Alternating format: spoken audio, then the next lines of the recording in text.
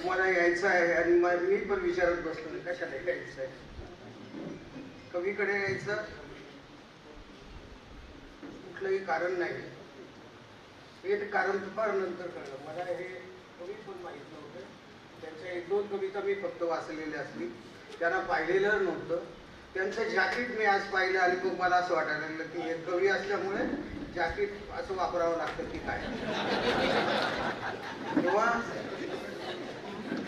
एक आकर्षण कवी प्रकाश ओळकर, दुसरं महत्वाचं आकर्षण ती पत्रिका आल्यानंतर पठारे सर येणार म्हटल्यानंतर आता आपल्याला लपून काही बसता येणार नाही. किमान सगळ्यांच्या समोर त्यांना नमस्कार करण्यासाठी आले पाहिजे. आणि एक नवा शब्द अलीकडे आला आहे, त्याला म्हणायचं wind fall tax. Wind fall tax 3 रुपये असा इंधनावर लागू होणार आहे. आणि अचानक गणेश चंदन शिवे हे मला त्या विंड फॉल टॅक्स सारखे फायद्याचे ठरलेले आहे. उपस्थित मित्र, आणखी काचरे सर पण मला खूप वर्षांनी किंवा 5-6 वर्षांनी भेटले. या आवारात किंवा त्यांच्या घरीही अनेकदा, आणि प्रकाश यांच्या घरीही अनेकदा. लासलगावला येणं म्हणजे फक्त कांद्याच्या नावानेच ओरडत राहणं बरोबर नाही. ते पीक घेतलं तरी शेतकऱ्याला ओरडावं लागतं, नाही घेतलं तरी ओरडावं लागतं.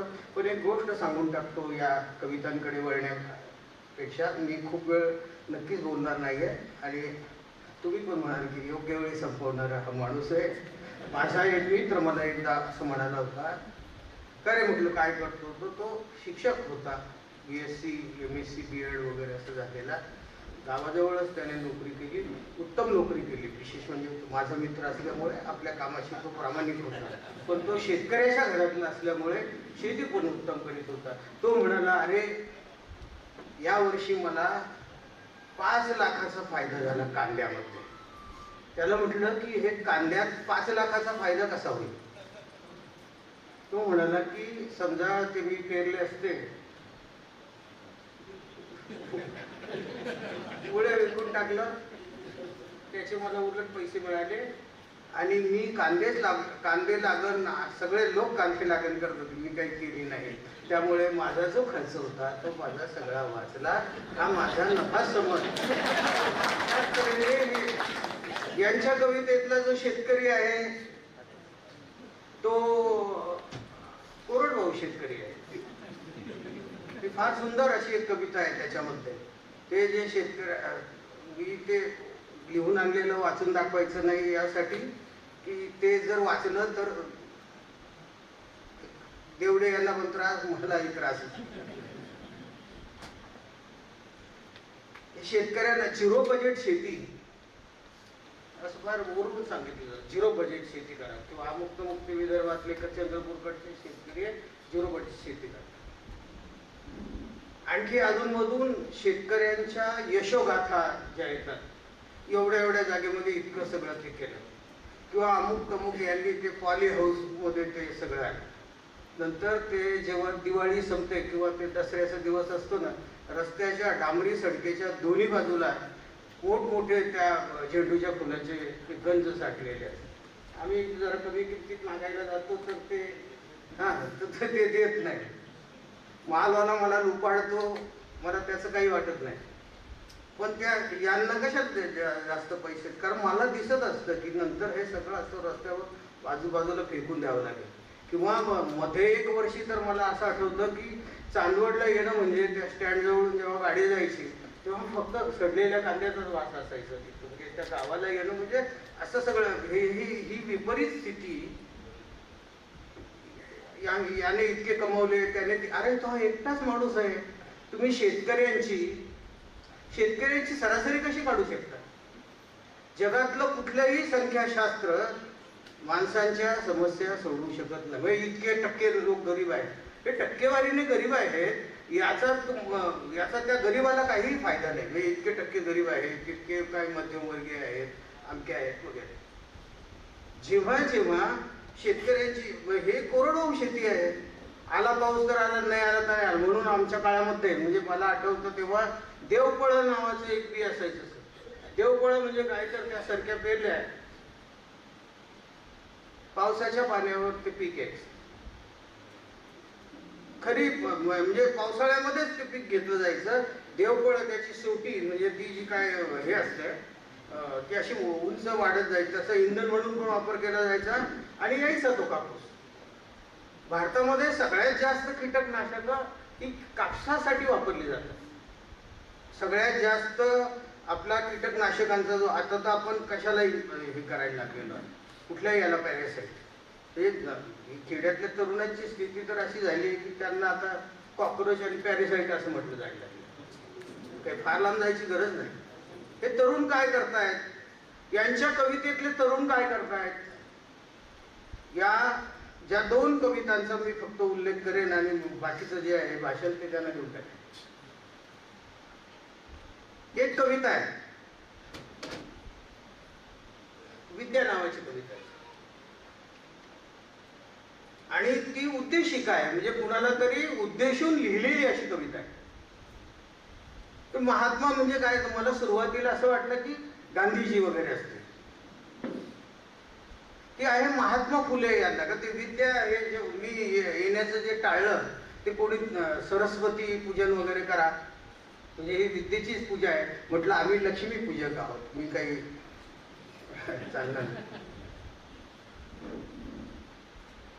त्यामध्ये शेतकऱ्याचा असूचा सुरुवातीला ज्या 2 ओळी आहेत त्या सगळ्यांना माहिती आहे आणि नुसतं माहीत असून त्या आपण कधीही विनियोगात आणायच्या नाही याचं पक्क भान आपल्याला सगळ्यांना आहे. देवढे यांनी मात्र काय केलं, देवढे यांनी ते विद्येविना मती गेली, मतीविना नीती गेली, नीतीविना गती गेली, गतीविना वित्त गेले, वित्ताविना शूद्र खचले, ऐसे एका विद्येने केले. ही फुल्यांना उद्देशूनच लिहिलेली कविता आहे त्यांची. इथं फुले केवळ महात्मा या नावाने येतात, पण तुमचं ती जी विद्या आहे ती मिळून काय झालं, शेतकऱ्यांच्या मुलांचं काय झालं. शेतकऱ्यांच्या मुलांना ती विद्या मिळाली. ते 100, 150, 200 वर्षांपूर्वीच्या त्या ओळी आहेत की तेव्हा शिक्षणाची संधी नव्हती. विद्या शिकवावी अमुक एका जातीने, विद्या शिकावी तमुक एका जातीने, एवढ्याच पुरतं ते मर्यादित होतं शिक्षण. आणि हे शिक्षणाचं सार्वत्रिकीकरण झालं. खेड्यापाड्यातली मुलं शिकायला लागली, अगदी शूद्रांची कुणब्यांची मुलं शिकायला लागली. या शिकलेल्या मुलांची काय स्थिती आहे, अतिशय विदारक दाहक. आता तर असं झालंय की मला एकाने विचारलं, का रे तू खेड्यात राहतो, तरुण मुलं काय करतात. म्हटलं तरुण मुलांशी संबंध माझा मागेच संपला. मी आता ज्येष्ठ नागरिक संघटनेमध्ये ज्येष्ठ नागरिकांचं काय चाललंय हे पाहतो. तरुण मुलं काय करतात तर त्यांना सांगितलं मी, माझं निरीक्षण असं आहे की ते सगळे मिळून बोटं टोचायचं काम करतात. ते फक्त रील्स पाहतायत. उरलेले जे आहेत त्यांचं गावोगावी मध्यंतरी पोलीस भरतीत जे आहे MA झालेला, PhD झालेला अशी जी शेतकऱ्यांची मुलं आहेत त्यांचे फोटो लागले तर पोलीस भरतीमध्ये तो सिलेक्ट झाला. पूर्वी ते खेळाचे शिक्षक मला सांगायचे की सर सगळ्या याच्यामध्ये आमची मुलं येतात आणि ती म्हणजे पोलीस भरती किंवा सैन्यात लेखी काही आलं की ते येत नाही. तिकडे लक्षच दिलं नाही शेतकऱ्यांच्या मुलांनी. ते येत नाही, मग तो पोलीस होतो आणि गावोगावी हे काहीतरी महान असं पद मिळालेलं आहे. हे अर्थात ते महानच पद आहे. तो आयुष्यभर ज्या तऱ्हेने त्याच्याबद्दलचा आदर आणि सत्कार सगळा असतो. पोलीस झाला त्याची खूप मोठं बोर्ड लावला जायचं.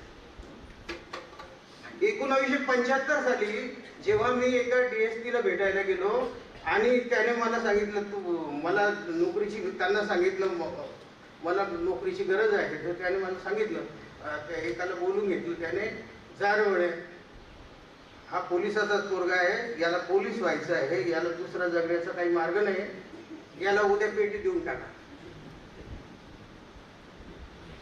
आणि आज अशी स्थिती आलेली आहे त्याचे मोठे होर्डिंग्स लागतात गावोगावी, तालुक्याच्या ठिकाणी सुद्धा लागतात. तो कुठल्या तरी वाटी खुर्द बुद्रुक काय आहे तिथून आलेला मुलगा आहे, तिथून आलेली मुलगी आहे, पोलीस झाला. अंतिम दुसरी मुलं काय करतायत, ती MPSC आणि काय UPSC वगैरे होतात. UPSC आणि MPSC कोणीही होत नाही. हे जी मुलं मी पाहिली इतक्या वर्षामध्ये, ती त्या तऱ्हेचं बौद्धिक विश्लेषण, वाचन, संपूर्ण जगाचं काय आलोक तारतम्य ज्याला म्हणता येईल, पर्स्पेक्टिव्ह जगाचा आलेला नाही. या सगळ्यांची परीक्षा म्हणजे या परीक्षा आहेत त्या सगळ्यांनीच मिळून ते कलेक्टर व्हायचं आणि मग हे असलेले जे आहेत त्यांचं काय करायचं. तेव्हा इतक्या सहज ते नाही आहे त्या परीक्षा व्यवस्थेमध्ये. इतक्या मग आपल्या मुलांची काय स्थिती, या खेड्यातल्या मुलांची, बरं तो शिकला सगळं झालं आणि काय स्थिती आली त्याची.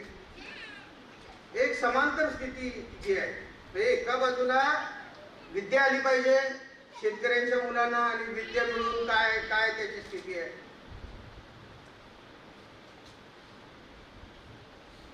या कवितेत असं येतं की विद्या ग्रहण करून काय करतात शेतकऱ्यांची मुलं. विद्या घेतल्याने मतीच कुंठीत आहे. विद्या घेऊन मती गेली महात्माजी. उघड जशी बाजारात ताजी भाजी. चेष्टा केली सगळ्यांनी वागलो जेव्हा नीतीने. भोंगळं केलं भर दिवसात दाखल्यावरल्या जातीने. काय विद्येमुळे वाया गेलो झालो असे बेकार. आपलेच आहे राजे सारे. आपलेच आहे राजे सारे त्यांनी केली शिकार. लोककल्याणकारी शासन, शेतकऱ्यांचं राज्य. पूर्वी तर काहीतरी जाहिरात होती, हे राज्य गरिबांचे नंदनवन व्हावे. आयुष्यभर ते सगळे गरीब राहतील, त्यांचं नंदनवन करायचं म्हणजे ही. मग काहीच घडलं नाही का. म्हणजे जेव्हा 60च्या दशकामध्ये यशवंतराव चव्हाण यांचे फार मोठे उपकार आहेत महाराष्ट्रावर आणि बहुजन समाजातली जी मुले शिकली. नाहीतर मला 7वी 8वी मध्ये फी भरावी लागत होती. नोकरदाराच्या घरातला मुलगा असेल तर त्याला पैसे द्यावे लागायचे, फी भरावी लागायची शाळेची. त्यांनी 70 काळामध्ये EBC नावाची गोष्ट आणली. 800 की 1200 रुपये जर उत्पन्न असेल वार्षिक तर त्याला EBC असायची. मग त्या मुलांना फी भरावी लागायची नाही. हायस्कूलमध्ये फी घेतली जायची आणि आजच्या मानाने किंवा इंग्रजी शाळेच्या मानाने ते फारच 2 रुपये 3 रुपये असे असायचे. असं मूळ मुद्दा हा आहे की त्यांना असं विचारलं तुम्ही भराभर ही महाविद्यालय कशासाठी काढताय. नेवास्याचं कॉलेज जेव्हा निघालं तिथलं भाषण, त्या भाषणाचं शीर्षक आहे लोकभाषा हीच ज्ञानभाषा. त्यात त्यांना असं विचारण्यात आलं की एवढे बरोबर तुम्ही कॉलेजेस स्थापन होत आहेत आणि हे कशासाठी करीत आहात. ते म्हणाले अहो याच्याने तुम्ही या मुलांना कॉलेजमध्ये पाठवून सगळं बेकार बेरोजगार निर्माण, सुशिक्षित बेरोजगार निर्माण होतील. ते म्हणाले की या देशाला अशिक्षितांच्या बेरोजगारीपेक्षा सुशिक्षितांची बेरोजगारी परवडली. कारण तो शिकलेला मुलगा जो असेल तो किमान विचार तरी करेल. यांच्या कवितेमध्ये असं येतं विद्येमुळे वाया गेलो झालो असे बेकार. आपलेच आहे राजे सारे त्यांनी केली शिकार. राज्य संस्था ही आपली शिकार करते आहे प्रजेची. असा त्याचा शेतकऱ्यांची ही शिकार आहे. गरिबांचे नंदनवन की लोककल्याणकारी शासन किंवा शेतकऱ्यांचीच मुलं आता सत्तेत गेलेली आहे. तेव्हा हे वाचत असताना, ही कविता पाहत असताना मला आणखी एक संदर्भ आठवला. तो म्हणजे ब बळीचा या नावाची राजेंद्र वस यांची एक कादंबरी आहे. आणि या कादंबरीतलं पात्र आजच्या काळामध्ये ज्योतिराव फुलेला पत्र लिहिलं. तेव्हाची काय स्थिती होती.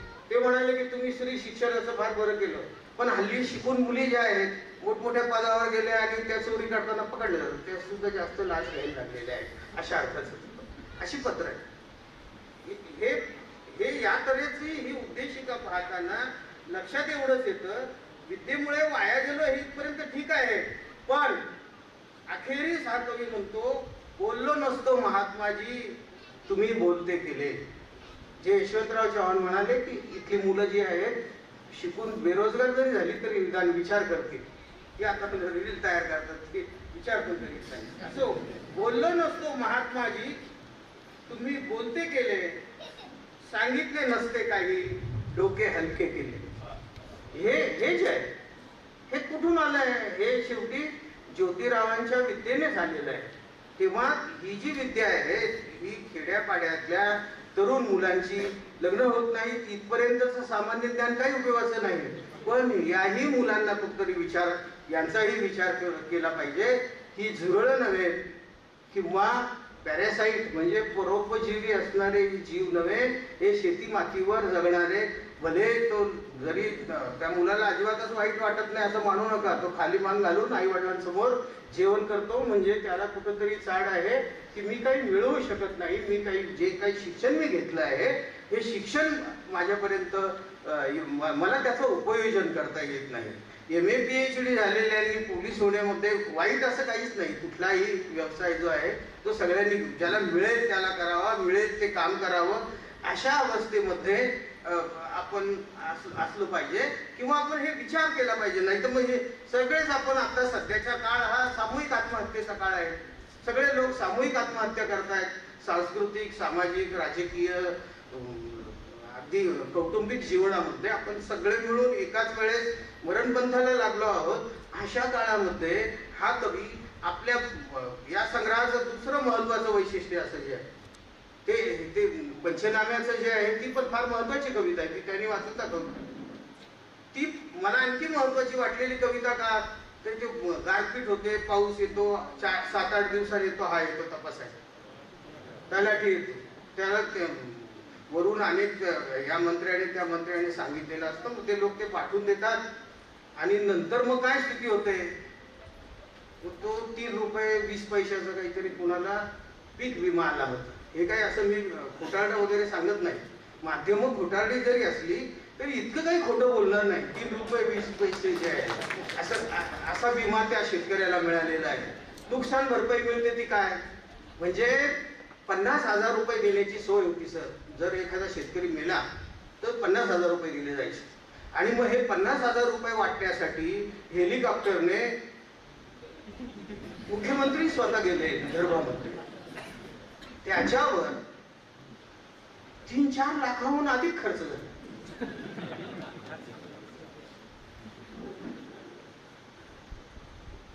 ही जी शेतकऱ्याची दैन्य अवस्था आहे तिच्याबद्दल हा कवी बोलतो. हे तलाठी जे आहेत, तलाठी तात्या वगैरे जे आहेत ते ज्या तऱ्हेने ते सगळं करतात आणि म्हणजे ते जो मरून गेला तो गेलाच. पण एका राऊत नावाच्या एक पत्रकार आहेत, त्यांनी काळी माती हिरवी नाती असं एक पुस्तक लिहिलेलं आहे. ते मी वारंवार यासाठी सांगतो की त्यांनी एक पाहणी केली. हे जे मरणारे शेतकरी आहेत, काल परवा कळलं की ज्यांना दुबार पेरणी करावी लागते ते शेतकरी जास्त मरतात. कापूस उत्पादक जे आहेत ते जास्त मरतात. पी साईनाथ यांनी सुद्धा हे सांगितलेलं होतं की हे उत्पन्न जे आहे अलीकडच्या काळामध्ये दुसरे लोक सांगतात हे ऊस लावणारे जे आहेत त्यांना काही भय नाही, म्हणजे त्यांनी हे जास्त पाणी घेतात वगैरे. यांच्या याच्यामध्ये त्या एकूण त्याला जे सांगणं आहे शेती करणं म्हणजे गुन्हेगार. आई बापाला गुन्हेगार ठरवणं म्हणजे काय आहे. शेतकरी हा शेती करतो म्हणजे गुन्हा करतो. इतक्या दैन्य अवस्थेमध्ये आपण येऊन पोचलो आहोत. तेव्हा या संग्रहातल्या मला सगळ्यात महत्वाची गोष्ट जी काय वाटली असेल ती मी सगळं उदाहरणांनी सांगितलं असतं, पण तुम्ही स्वतः सुद्धा पुस्तक विकत घ्या. महत्वाची गोष्ट म्हणजे आमचे मित्र मार्गदर्शक शब्दालयाचे प्रमुख लांडे साहेब यांच्या वतीने मी आपल्याला सांगतो की या पुस्तकाच्या प्रती आपण यासाठी घेतल्या पाहिजेत. जर आपल्याला आपला हा अन्नदाता आहे, पोशिंदा आहे, त्याच्याबद्दल काही असतं असेल तर आपण हे पुस्तक जरूर वाचा. मी पोपटपंची करायची असेल तर किती हा याच्यावर अख्खा पगार कमवीत होतो मी तेव्हा, तो काही प्रत्यक्ष त्या कवितेच्या साहित्यात जेव्हा जातो ना, मायांगाला धस लागणे ही काय गोष्ट आहे. मायांगाला धस लागणे किती वेदना होत. जिव्हाळी हा शब्द तुम्हाला माहिती आहे. जिव्हाळी लागणं म्हणजे काय होतं. किंवा नुसती कल्पना करा, ही करंगळी आहे आणि तिच्यामध्ये खूप अणकुचीदार सुई किंवा असा काटा बसवल्यानंतर जो आनंद होतो त्याला म्हणायचं जिव्हाळी लागणं.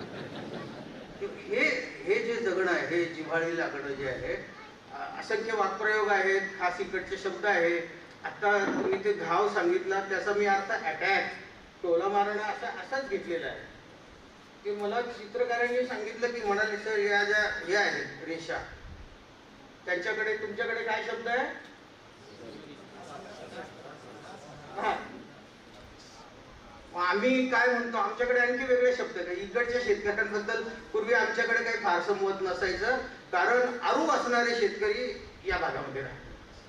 इकडे जे शेतकरी म्हणजे ती भावडबारी ओलांडली की इकडचे सगळे शेतकरी जे आहेत हे आरू टोचतात किंवा ते बैलगाड्यांच्या ज्या शर्यती खेळायचे, आता ते काही राहिलेलं नाही आहे. पण एक असा काळ होता तेव्हा हे जे खास शब्द जे आहेत हे कळण्यासाठी म्हणून त्या शेतकऱ्याच्या हे स्वतः शेती करीत असतील याची मला खात्री आहे. स्वतः हातात नांगर धरलेला आहे, नुसतंच लांबून ते उठावरून शेळ्या आणणं असं नाही आहे.